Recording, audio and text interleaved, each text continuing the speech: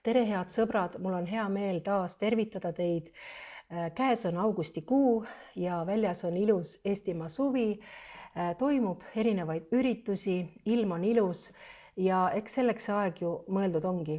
Aga täna ma tahan rääkida 20. augustist ja see on nüüd kuupäev, see on päev, mil Eesti iseseisvus sai taastatud ja me ei taha seda ära kaotada, me ei taha kaotada. Ja sellepärast me tulemegi välja, me tuleme juba 4. aastat järjest, saame kokku sellel tähtsal kuupäeval eestlastena, kristlastena, me tuleme kokku selleks, et kuulutada Jumala tahet ja Jumala plaani üle Eestimaa. Me teame, et alati on olemas Jumala plaan ja on olemas saatana plaan. Ja me tuleme sinna kokku selleks, et kuulutada Jumala tahet ja samuti me kuulutame Eestimaa üle neid prohvetlikke sõnumeid, mida Jumal on andnud läbi aastate ja me kuulutame, et see, mida Jumal on öelnud, see sünnib.